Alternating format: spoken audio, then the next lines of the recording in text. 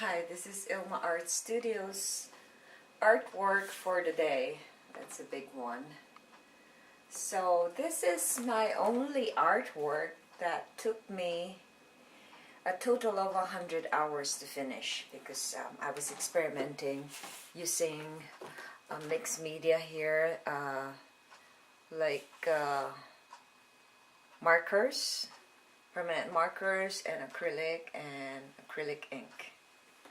So that's a scene in Broadway, the main street in Orangeville.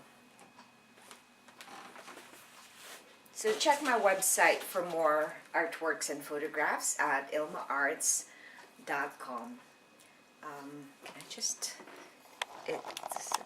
It doesn't seem straight. There you go. Huh, it's worse. There. Today I'd like to share with you my poem Devotional, which is extracted from 1 Corinthians 2:16. It says, "For who can know the Lord's thoughts? Who knows enough to teach him? But we understand these things, for we have the mind of Christ." And here's my poem. Who can have Christ's mind? Do you know the Lord's thoughts? Are you still in confusion and lost? Who can have the mind of Christ? It is only for those who never lose sight.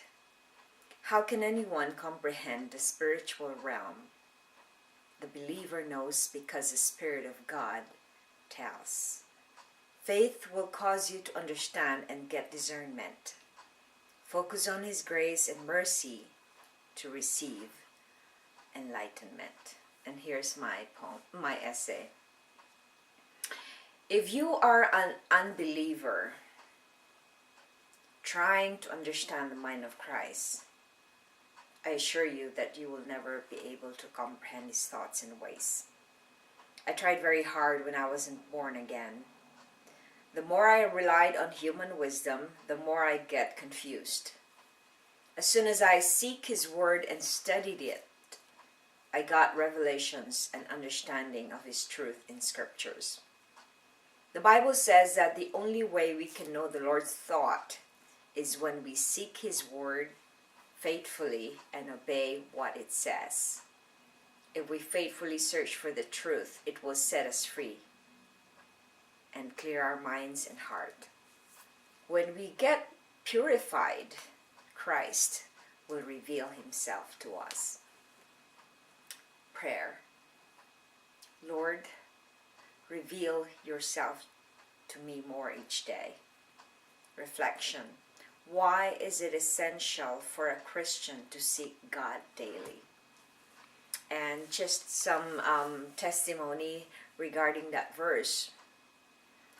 It is amazing how the world view wisdom in a very different way than what God's wisdom is really all about.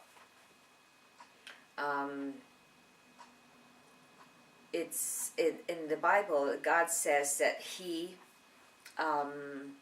makes the foolish wise, and the wise He makes them foolish. In other words, the only way that we will gain wisdom is through knowing the Lord. Otherwise, if we don't know the Lord, the wisdom that we have is of the world. And the worldly wisdom is not the same as righteous or godly wisdom. Because the world, remember, the world does not belong to God. Satan is the prince and ruler of this world. So if your standard for knowledge and insight or perspective is based on the world system, then that is not the right view. If you are a believer, that is not the way to live your life. Otherwise, you're just going to go back and commit sin and again, and that you will be more or less catering more to your selfish desires. But I have made that mistake of trying to intellectualize everything and trying to see that by knowing, we actually know or understand, but in actuality, God's wisdom is very different, because it is Him who will only reveal to us, and we are at the mercy and of God's grace and mercy. If we do not get the revelation, that means that we are not ready to accept that revelation. So God is patient with us. And sometimes because of disobedience, it takes us a lifetime to really understand what He has in store for us. So thanks for watching, and I hope that you can have the mind of Christ.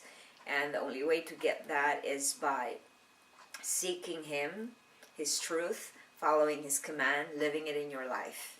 Thanks for watching, and have a wonderful day. God bless.